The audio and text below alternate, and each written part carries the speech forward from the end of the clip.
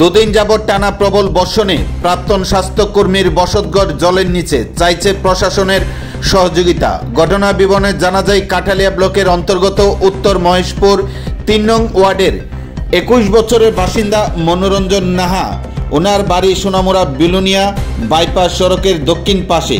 ওনার অভিযোগ, বাড়ির পাশ দিয়ে একটি রাস্তা করেছে পার্শ্ববর্তী বাড়ির সঞ্জিত দে নামে এক ব্যক্তি।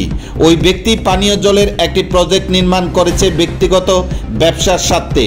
উনি যে রাস্তাটি দিয়ে তার প্রজেক্ট থেকে জল বোঝাই গাড়ি নিয়ে যান, সে রাস্তাটি একেবারে মনোরঞ্জন নাহার বাড়ির পাশ দিয়ে, কিন্তু জল নিকাশি কোনো ড্রেন না থাকার কারণে গতকাল সন্ধ্যা রাত্র থেকে শুক্রবার দুপুর 2টা 30 পর্যন্ত টানা বৃষ্টির কারণে প্রাক্তন স্বাস্থ্যকর্মী মনোরঞ্জন নাহার বসতঘর চলে যায় জলের নিচে। রাতভর টানা বৃষ্টি হওয়ার কারণে পরিবার নিয়ে সারা রাত্র অনিদ্রায় ছিল।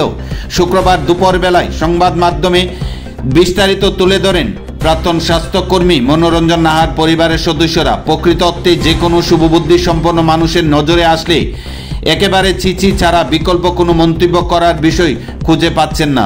হঠাৎ করে ব্যক্তির স্বার্থে একটা পরিবারের এই জাতীয় সর্বনাশ করা কোনো মতেই মেনে নেওয়া সম্ভব না, এমনটাই সংশ্লিষ্ট এলাকাবাসীদের অভিমত।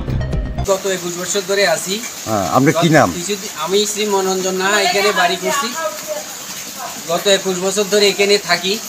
কিছুদিন আগে পার্শ্ববর্তী প্লট কিনে সঞ্জিত দে জলের কারখানা করে রাস্তা তৈরি করার পর আমার এখানে একটা জল নিষ্কাশনের ব্যবস্থা ছিল। সেটা কিছুদিন আগে ওর এক ডজার গাড়ি অ্যাক্সিডেন্ট হয়ে সেটাও ভ্যাংচার করে দেয় এবং ওকে অনেকবার বলা সত্ত্বেও এটা রিপেয়ার করে না। এখন আমার ঘরের খাট পর্যন্ত জলে ডুবে যায়। আপনি আর কি চান? আমি চাই জল নিষ্কাশনী ব্যবস্থা সঠিকভাবে হোক। জেলা প্রশাসন যাতে এটার প্রতি দৃষ্টি দেয়।